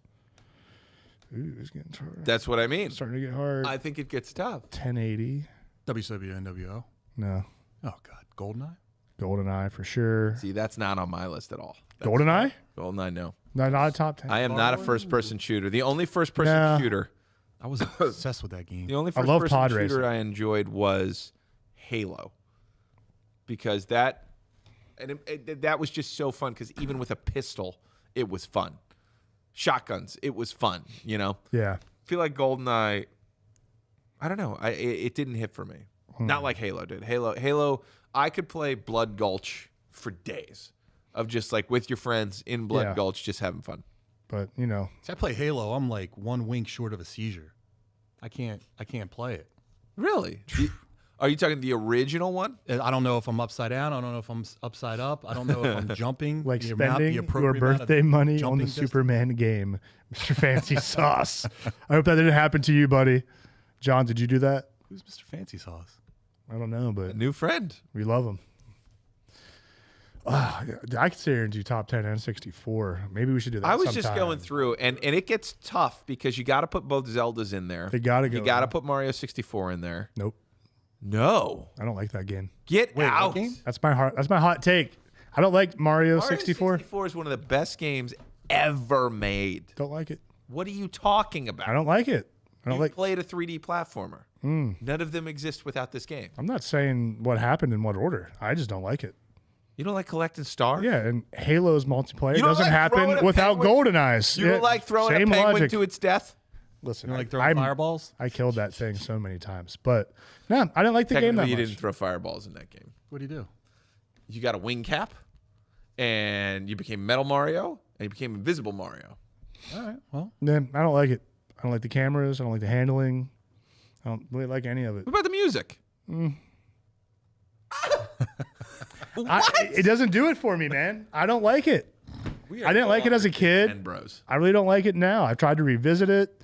It wasn't for me. When that game came out, I didn't get the N64 to probably a couple years in its life, but I was balls deep in Ocarina of Time. Sure. And I did not have time for Mario 64 and its mamby-pamby for kids tone. Well, you had to play it first.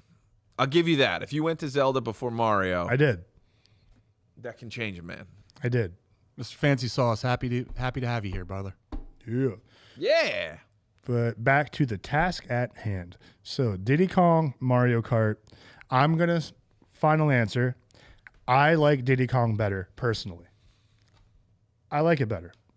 Is Mario Kart the better of the two? Sure. Just because of how accessible it is to everyone, your friends and family, easier to pick up and play, and its impact. It is a better game in that sense. But I think Diddy Kong's got more bang for your buck, and I loved it way more. I've got a way better library of memories in my head from that game. I believe there is a Diddy Kong Racing for Nintendo 3DS that is a perfect version of that game because I think they toned it down. I have heard that. Yeah, but I didn't have a 3DS. Just Nerd. a Game Boy Color. Wow. Had its Pokemon Yellow erased. What happened to that kid? Anyway, Nintenbros. welcome. If you have any Nintendo games that you want to talk about or see us talk about, Or just have games. comment it. Or if you just have games you want to send us to play, because we love playing. Or if you guys want us to argue 2 games. Yeah, any of those things. Or if you just want to tell us your favorites. Fancy comment. sauce, get in on it, baby. Yeah. But let's move on to... Yeah, let's move on to a DBZ segment. All right. Let's talk a little Dragon Ball. We don't talk enough Dragon Ball in here. guys. So if we're going sagas, we would talk about the Radditz Saga, if you guys want to talk about it. Yeah, we're going to start with Z Yeah. and the Radditz Saga. So serving this up, we have 3 DBZ fans, longtime fans here. And, you know, we were trying to get people to watch DBZ, right? Oh, wow. Yeah, Maj and Derek. I got legs. Grew them myself. But we thought the best way to do this is you could literally do this episodic, and there are podcasts that are about that, and I think that's great. But we decided that we're going to go at it from a saga standpoint with the idea of, is it a good saga? Is this saga enough to get you in? You know, where does this stand on a tier list? Maybe we'll get there eventually. But we're going saga by saga. So we're not going to talk about Majin Buu right now. Right. And we can't kind of act like there's allusions to it unless there are. You know, for example, this saga has a great setup for the next saga. Yeah, man. Yeah.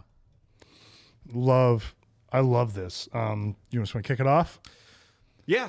Go for it. Sorry, sure. So, for those who haven't watched Dragon Ball Z before, this could be a fun thing to try and get you in. Or if you have, this saga is really old, and you probably know everything about it already. So tell us what you love about it as we talk about it. Like, join in. We're not bringing up really new information here. We're just talking about what we love and what we remember about it. Man, I remember distinctly getting home from school, coming home, and this new thing was starting, Toonami. I didn't know what it was. Like, my cartoons back then were just kind of like your standard, you know, Ninja Turtles, Saturday Morning, X-Men, all that stuff. I just knew I like superheroes and that type of stuff. Then you see Toonami with its sick promo videos. Sometimes I'll pull them up on YouTube, the old ones, just because I think they're beautiful. The way they're shot, the music. Like, I think a lot of my nerd, I don't know, being is because of Toonami. And I think a lot of kids that grew up like millennial age are probably the same way. But I remember getting home from school and just seeing this promo. And I'm like, what? Like, what? This is cool. I'm going to check this out. And it's like a couple episodes into the first Dragon Ball Z saga. And I see this dude in this crazy armor show up and just kidnap this main character's kid. And I'm like, what's happening? And that was it. I had to be hooked every single week from then on out. Was this your way in? No, mine was actually the Frieza Saga. Ooh. That's a good one to jump in on too. So But I mean, through Toonami, though? Toonami, no. So in my day, they used to have Dragon Ball Z on Sunday mornings on like whatever UPN 17 or WB 17 was. And then later, I didn't know what this show was. I just saw a guy with a third eye. He's in some place with a guy with antennas. No idea what was going on. Then like years later in high school, Toonami came on after pro wrestling. So it was like 11 and 12 o'clock it would come on. So I would watch pro wrestling, and then I just want to watch something else. And then I saw Toonami, the commercials, and I was like, oh, that's the show that I watched as a kid. And I got so hooked in the Frieza Saga. So I'm a little bit of a blind spot here. But I know what happened, but it wasn't what put me on. So this is this is a great place to start, and it's funny that it's a great place to start because it's not the beginning of the story. This is the beginning of Dragon Ball Z. There had already been a manga and an anime that had been running for over 100 issues that was Dragon Ball. So everything that was established so far in the story you could know about. But really all you need to know is there's a dude with a tail who loves fighting. It's really all you need to know to get started. But if you want, there is a delicious and beautiful backstory that we'll get to eventually. But we'll do this the same way it was all brought to us. Like, all of us got Dragon Ball Z first. I don't think you could get Dragon Ball before Dragon Ball Z. No, at that time, it was not happening. Okay. Radditz Saga. I think this is an amazing way to kickstart a part 2 of a story. Yeah, man. Where you throw out things you knew to be true for like 150 issues and start something, boom, brand new right now. And that is Goku has a brother, and his brother is an alien. There are aliens in Dragon Ball Z. I would have called it Dragon Ball A for alien. But this is the first time there are aliens involved. We are spacefaring warriors, and one of them shows up with the sole purpose of checking on Goku, whose original mission was to come to this planet and enslave it, because that's what Saiyans do. Goku got hit on the head and was raised by a kindly Grandpa Gohan. By a kindly old man who taught him martial arts and also turned him into a sweet boy. But that sweet boy had the spirit of a fighter within him and a tail that would make him turn into a giant crazy monkey. Uzaru. Yeah. He has a son, and his long-lost brother shows up and starts talking shit to him and his green friend. If you start here, you have no idea who Piccolo is. Yep, no He's clue. Just a green guy that has some sort of relationship with Goku. Yeah, we don't know much. Yeah, all we know is they don't get along. Yeah. And like we know that green guy, not a good guy, but we don't know why if you haven't watched Dragon Ball. He's not a bad guy though either at the time. He's just kind of a shit-talking alien thing. You know? Well, I mean, he's still like junior in that. Is he? So Piccolo Jr.? He's Yeah. Piccolo Jr. And he's still considered like the most evil, powerful menace on Earth at that He time. was just off doing his own thing. It doesn't matter. No, in but Z, he was it's just a training thing. to beat Goku at the time. Right. He was like getting his revenge on him, so he was off on his own training. And that's when we actually get the introduction of Radditz. Radditz is on Earth. He shows up in that 6 Saiyan pod we get to see for the first time, which almost made my vehicle list.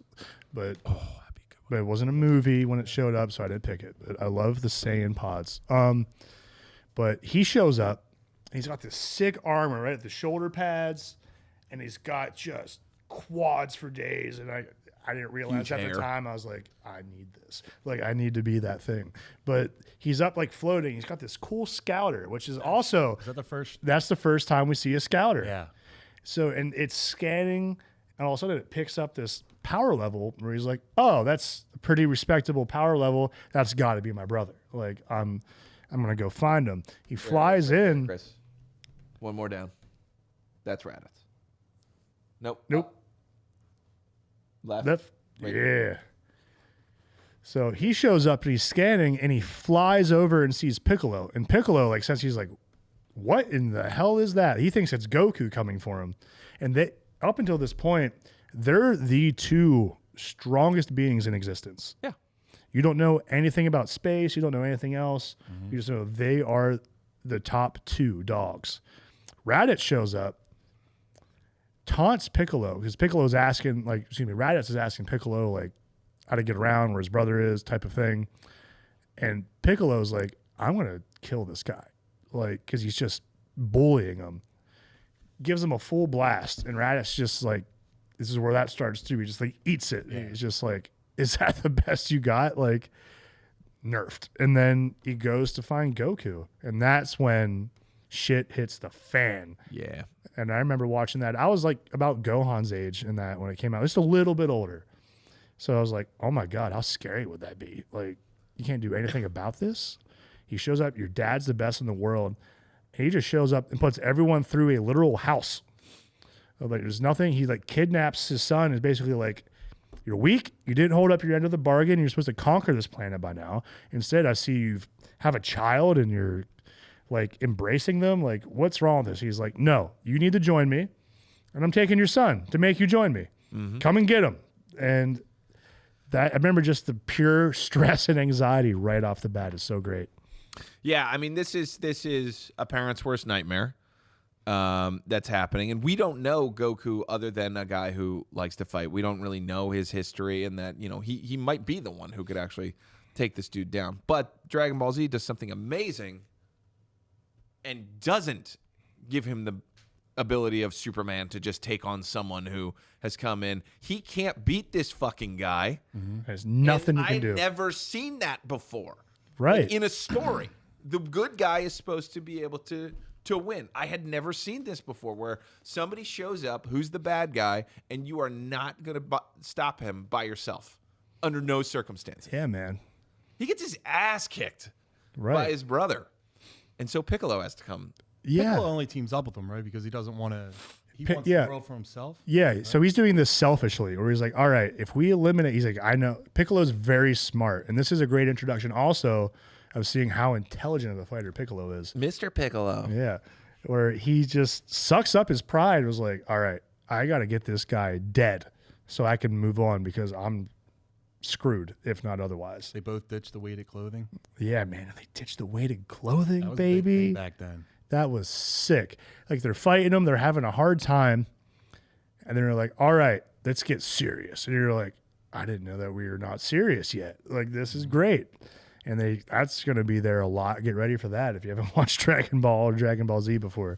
But remember, they just throw the stuff. They just It always breaks. There's always rocks around. yeah, the ground breaks from the armor hitting, and then like they step it up. But Radditz is still just laughing and taunting them the entire time. Like he's just blocking, also evading. huge. Yeah, and he's towering over them. He has been bulking for at least 2 full years before he got to Earth. Like, Yeah. my God. When does Piccolo Jr. not be Piccolo Jr. anymore? He's not referred to as just when Piccolo Jr. Yeah, they don't call him Junior and Z. They just call him Piccolo because at that point his dad's long gone, so he's just Piccolo at that So he point. doesn't really change until he merges with Nail, right? So Yep. pretty much, yeah, that's when you start to see more of a change up top for Piccolo. So then this Well, this saga. Well, the Gohan, but this saga, that's the next what I was going to saga, isn't say. that's the Saiyan saga though. But it's the events of this saga that merge Piccolo and Gohan's like link, right? Yeah, this is what forges that relationship. Is the end of the Radditz saga. Which, let's talk about it. I mean, I love how simple it is too. The building blocks You're are coming all with there me. too. You're an alien. You're from a warrior race. You're kind of a bitch. So I'm going to kidnap your son. Don't kidnap my son. Well, I'm gonna. And he's like, fine, I'm going to go get my worst enemy to help me. So Piccolo shows up and we're starting to have a tussle about. And then things just go crazy here, where I've never seen this before, but, well, help me out and help me out, chat, too. Is the Gohan part before the special beam cannon? No, Are you sure? I'm pretty sure because the special beam cannon kills both of them. Yeah. Yes, but Gohan... It's a circle right through them both. Right. So it is before that. So we learned something super important for the rest of the series here, which is that Gohan is the strongest character Yeah, in DBZ even as a kid, because he says, leave my daddy alone, charges and turns into a giant beam object and kicks the shit out of Raditz for a short period of time with one blow, which his dad wasn't able to do, Piccolo wasn't able to do. Something finally worked, and it was a little boy's rage, which is really cool because you're like, okay, what the fuck is going on with that? Before the internet community comes at Terry, he's not the strongest. He just has the highest potential. Yeah, at that time, he is the strongest, though, because he hits him with the scanner. yeah, because it starts raising because he's getting angry in the pod that he has him trapped in because he has to watch his dad getting manhandled. Yeah. And he like can't stand it anymore, so he throws his first tantrum, his first sign of the Gohan rage that it's going to be awesome to talk about up until it's not anymore a few sagas later. This is on my I think leg. he's 4. I think he's 4 years old. Yeah, he's like 4 in this, which is nuts. He's still wearing the Dragon Ball on his head? Yes. Yeah. Yep. He's still in the Grandpa Gohan's 3-star? outfit. The 3, yeah, is it the 3-star? The 4-star. Is it the 4-star? Yeah. It's Yeah, the 4-star Grandpa's in the Dragon Ball. 4-star. But yeah, he's like rages. All of a sudden, Radditz's scouter starts going off. And I remember watching that as a kid. You're like, what? And all of a sudden, this kid, you're like, what? Like, Yeah, the little boy. yeah. And then he just bursts out of that thing and breaks his armor, like just completely blindsides him. And then Radditz gets up. You think it's over, but Radditz is pissed, but he's also stoked. Like he's like, this boy has his power. I'm taking this boy now. Like like we're gonna raise this kid and make something out of him. And he starts like telling the Goku, like, well, you may not be shit, but you actually put out a son that has some potential, basically. And he's like, I'm taking him for real now. So that makes it way, way higher stakes. So what do you do when the stakes are high as a parent? You put your brother in a full Nelson. Yeah. So this has a great scene where it's just he grabs him and he knows he's beat, and so he says, "Piccolo, you got to take us out." But before this, let's talk about two big things we're missing. What? Three big things we're missing. Oh. First off, we skipped way past Farmer with a shotgun. Yeah, farmer with a shotgun's great. That's actually the first thing Raditz comes across is a farmer who's out there and sees him. He's like, oh, there's an alien. And he tries to shoot him with a shotgun, and he catches the bullet. That was so cool as a kid. Yeah. You're like, what? He just caught that? And then he just like laughs at him and flicks the bullet back at his truck and just blows it up. That was a sick introduction. Hell of a character. Yes. But anyway, we're also missing that Saiyans were weak if you grabbed their tail. Because Goku, we didn't know this, had a tail in Dragon Ball before it was cut off.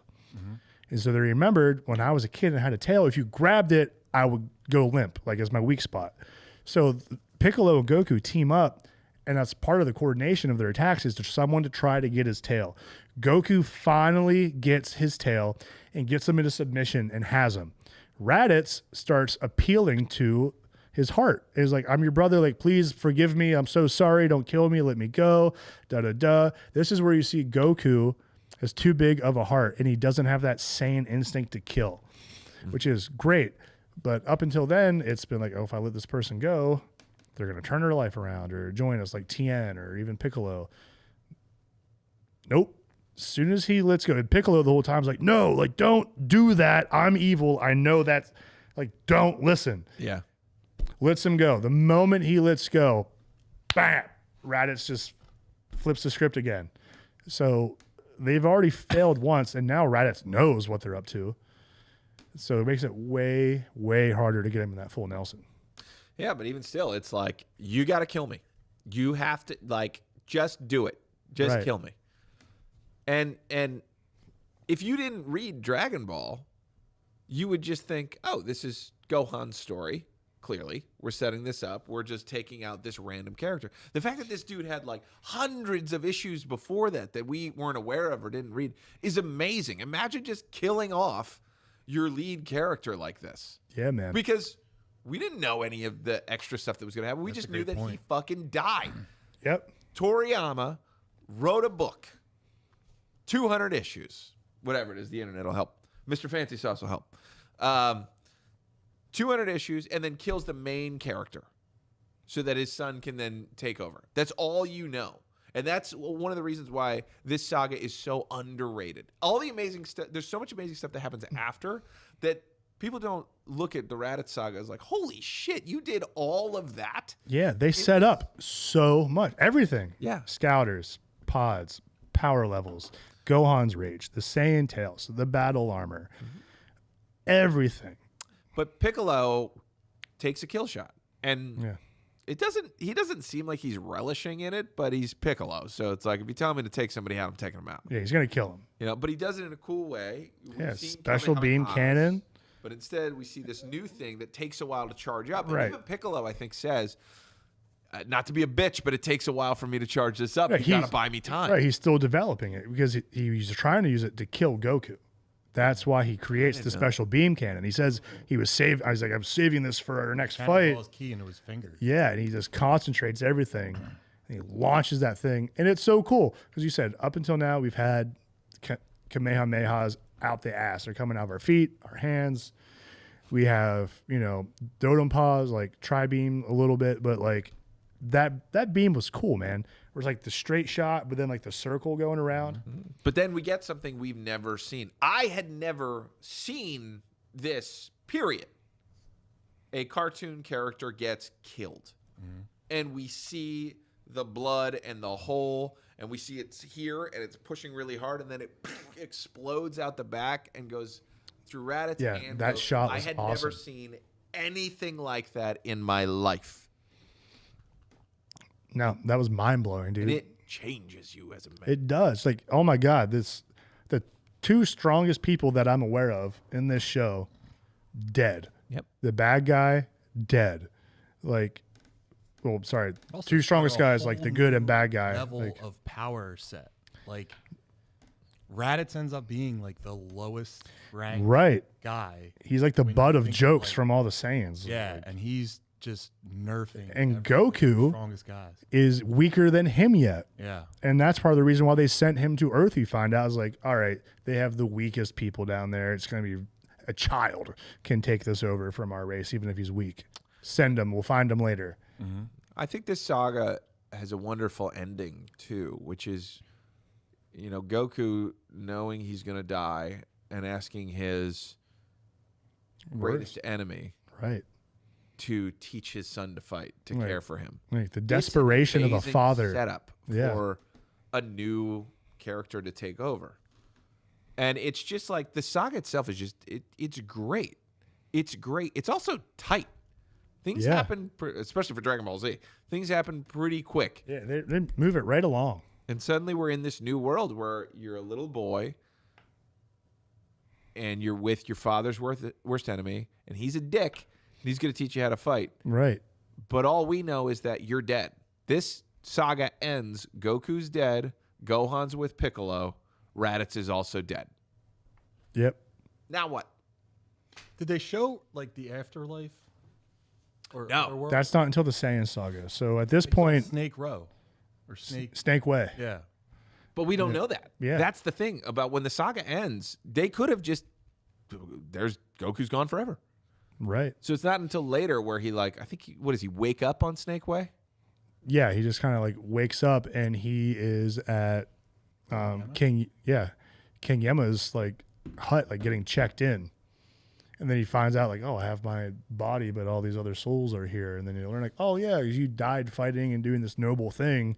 You get to keep your physical body in Otherworld and go train with King Kai if you can survive the perilous trip to his planet.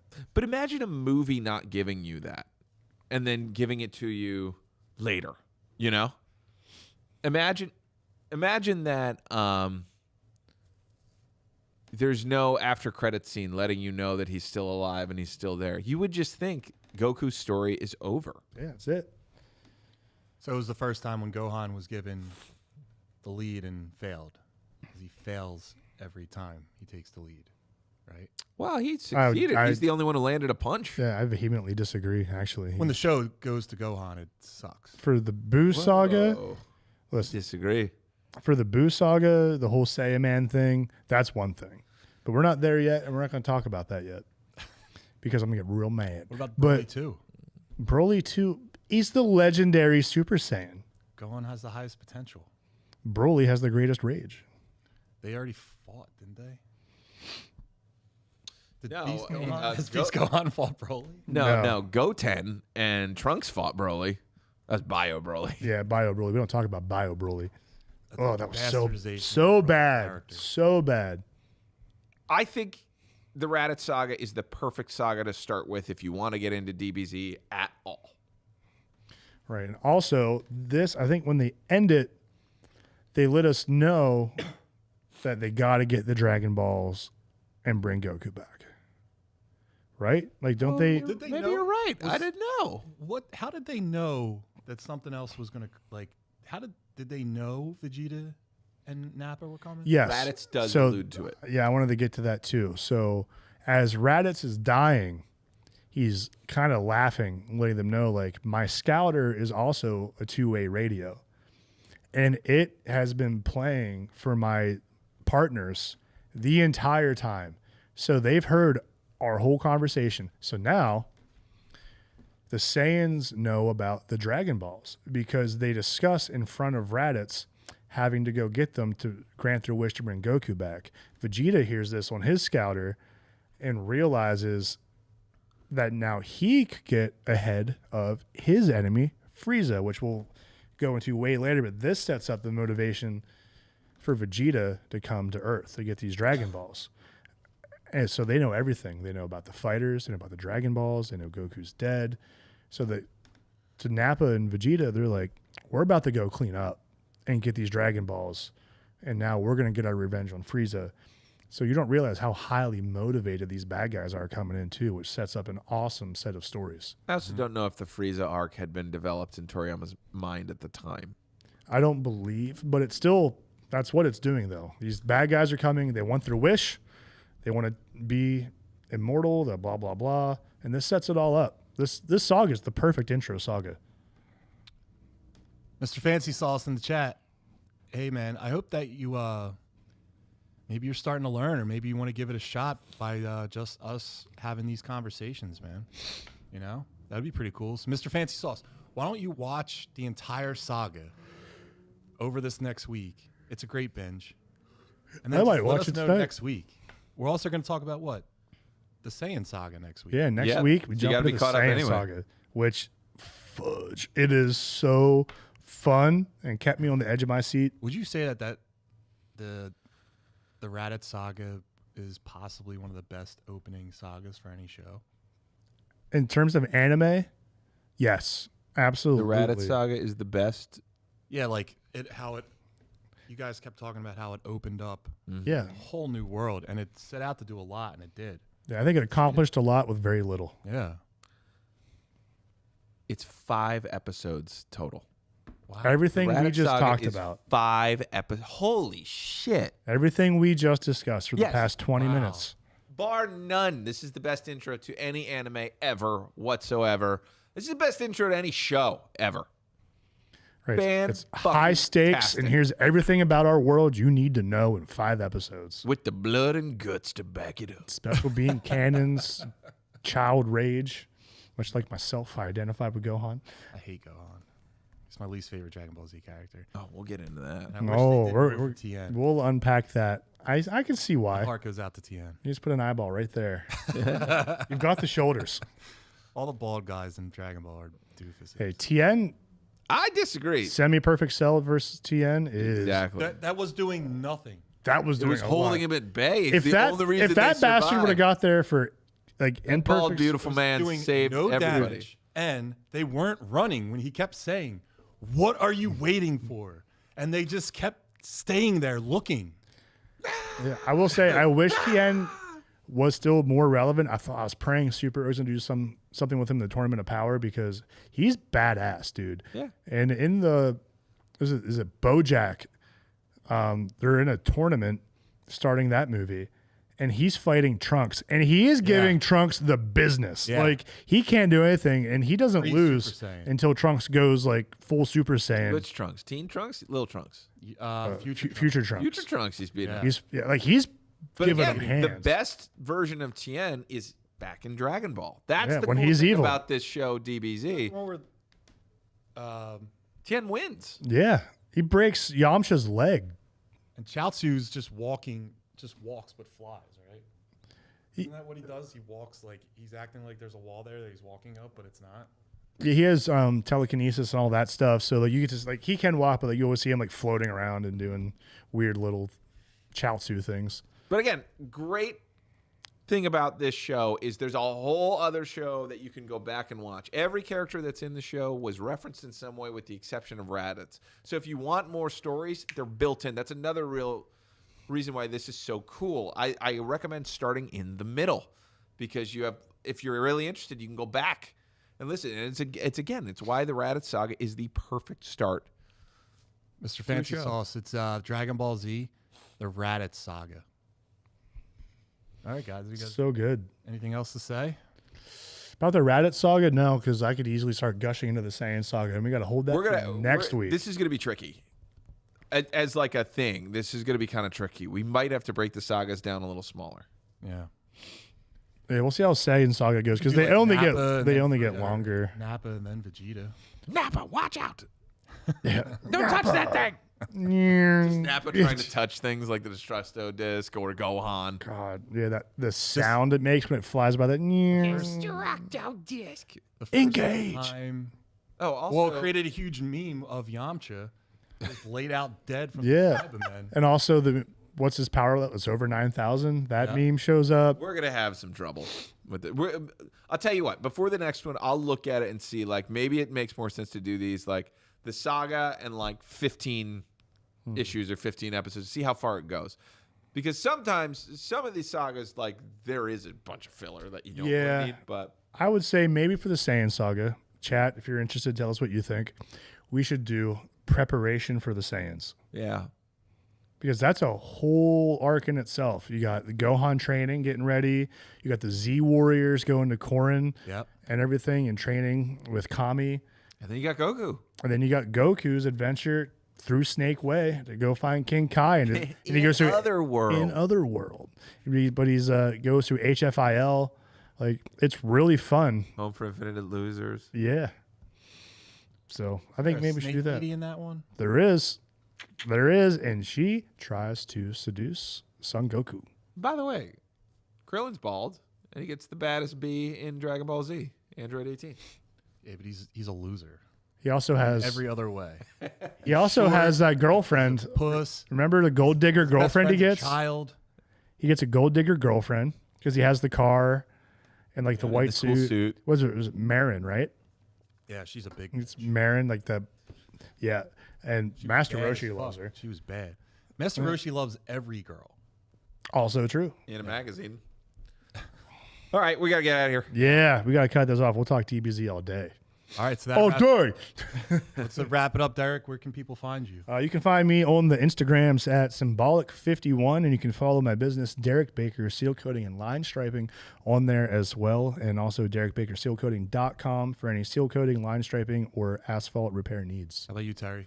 Welcome to Young Junk. You can go to youngjunk.com to find out more about us. And if you want to know about my band, head over to funkjunk.com, where we make the funky beats that go into all of our podcasts. Terry's Funky Beats. Yes. Funky Kong. Also, I don't know if you guys heard it. It got a little scrambled on Quayside, but Alpha Flight Fitness, October 25th, Dawn of the Deadlift. It's a sold-out event in terms of competitors. So we've reached 45 competitors that are going to be there. We're Wow. shutting the gym down for the day. Tons of vendors. We have Rich Gaspari's going to be there. Sick. Whole day event. It's a USPA qualifier. So you're going to be strong. If you want to come out and watch it, hey, it's $15 online. AlphaFlightFitness.com. Follow us at alpha_flight_fitness. Hell yeah. All right, guys. Thanks for watching. Yeah. See you guys next week. Keep geeking.